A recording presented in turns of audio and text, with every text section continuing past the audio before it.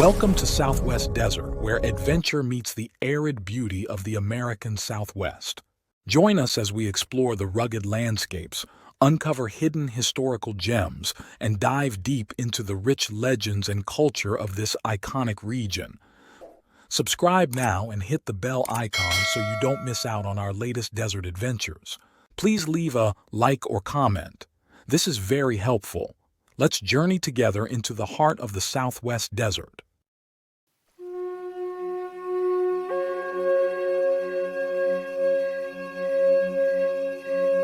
In the vast expanse of Texas frontier land, where civilization barely clung to the edges of wilderness, an 11-year-old girl found herself baptized in her mother's blood.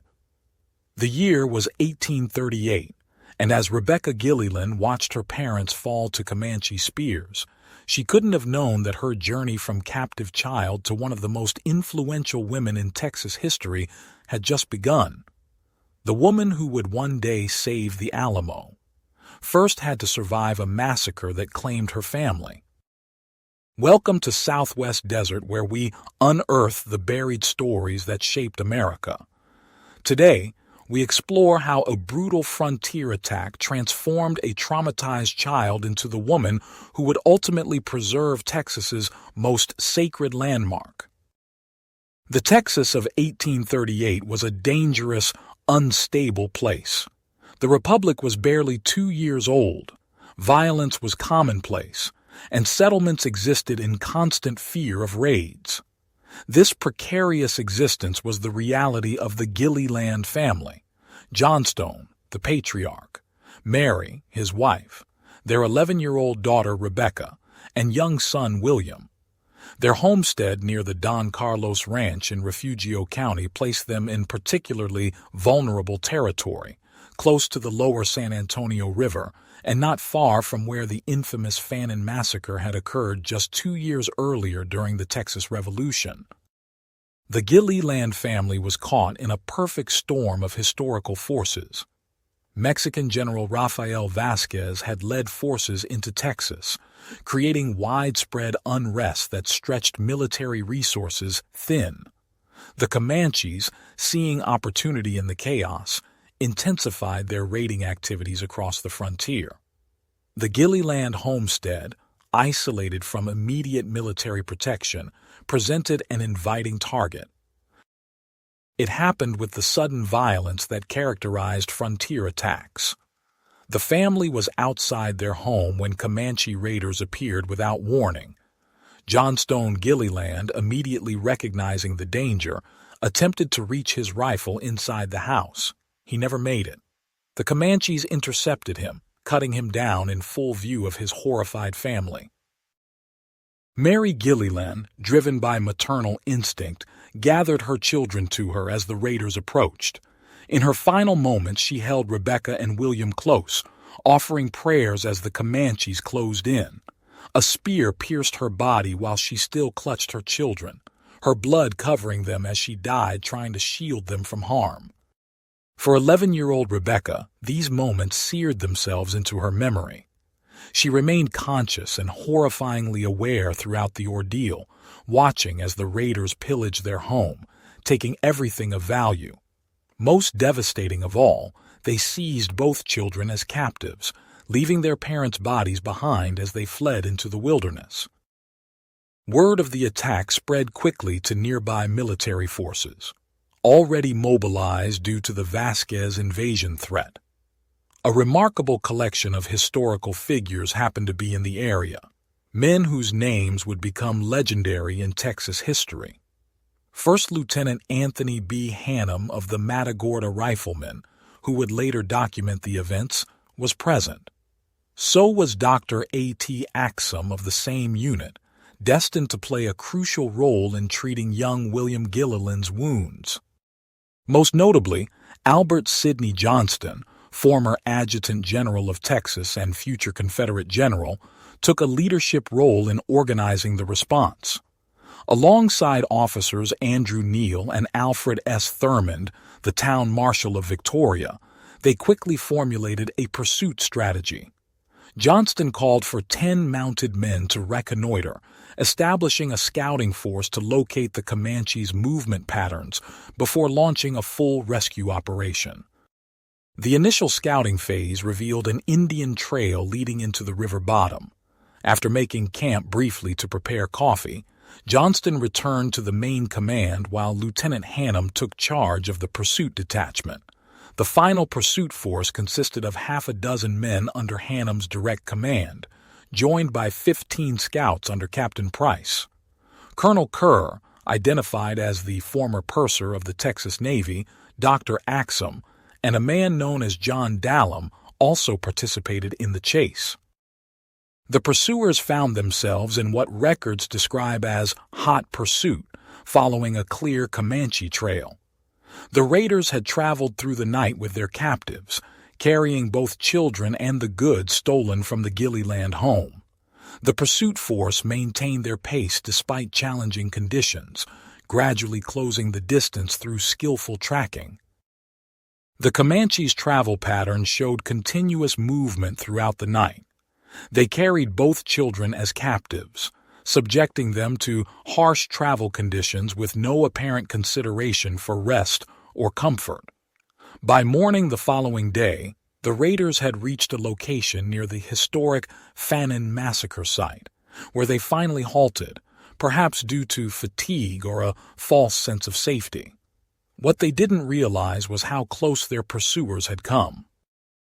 When the Texans finally spotted the Comanche party, they witnessed something unexpected. Rather than continuing to flee, the raiders prepared for battle. They formed a defensive line upon spotting the approaching force, with a tall, elderly chief actively coordinating their defense. In a detail that highlights the cultural complexity of the encounter, witnesses reported that the chief ran along the battle line playing a flute, seemingly performing a ritual preparation for combat. Lieutenant Hannum made a tactical observation that would prove decisive.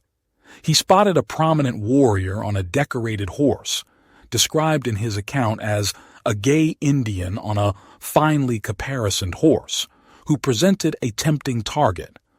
Hannum took aim, fired, and successfully knocked the Comanche from his stolen mount.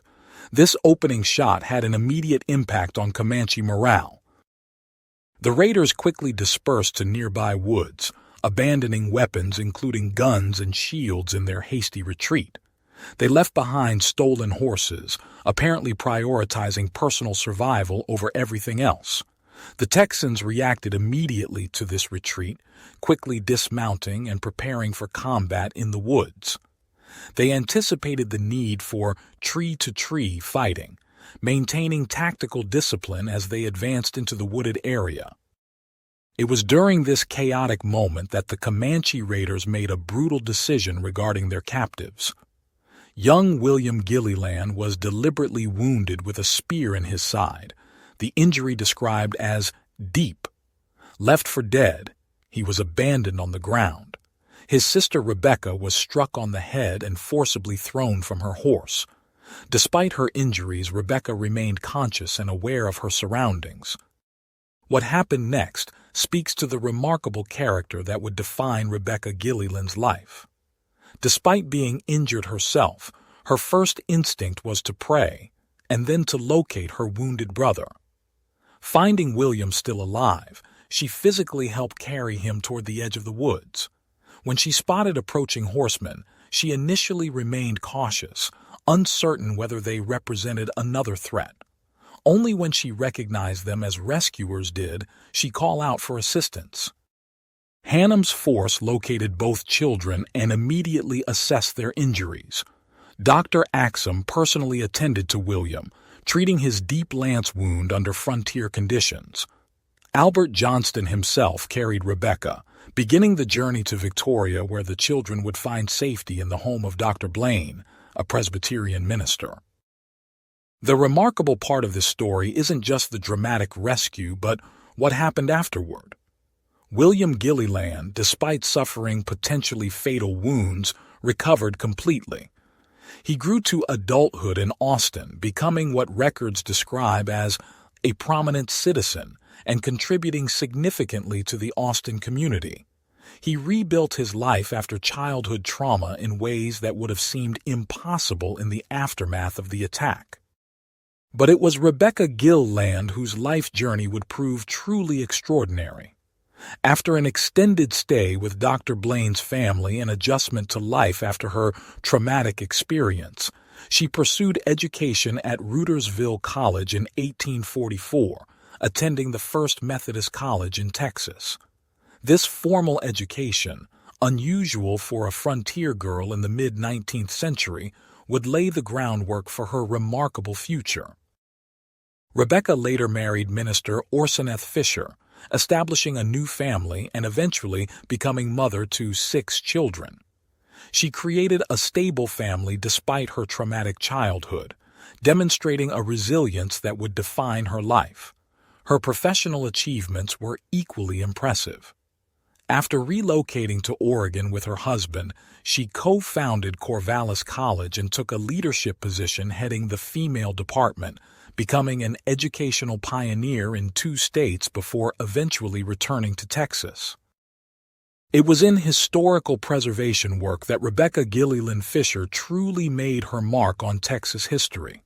She became a charter member of the Daughters of the Republic of Texas and was elected state president of the organization, a position she would hold for an astonishing 32 years. Most significantly, she played an instrumental role in saving the Alamo from destruction, preserving what would become Texas's most sacred historical site. Her contributions earned her the distinction of being the only female member elected to the Texas Veterans Association.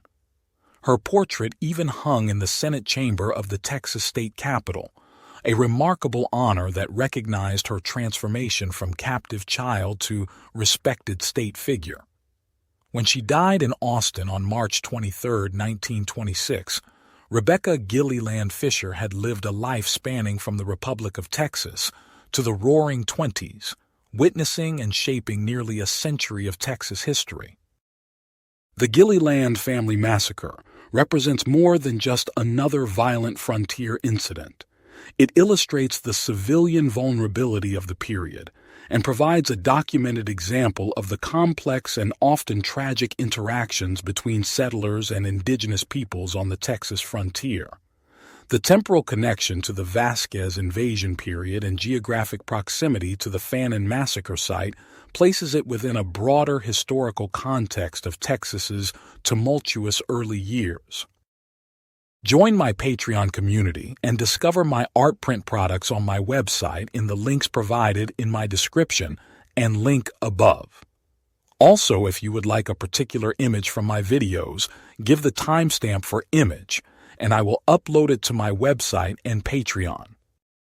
Thank you for joining your desert frontiersman Alan for another Southwest Gold story. Check out my large catalog of Southwest videos and playlists on historical tales, legends, lost gold stories, and adult bedtime stories. If you like a certain image from my videos, tell me in comments and give timestamp. Happy trails!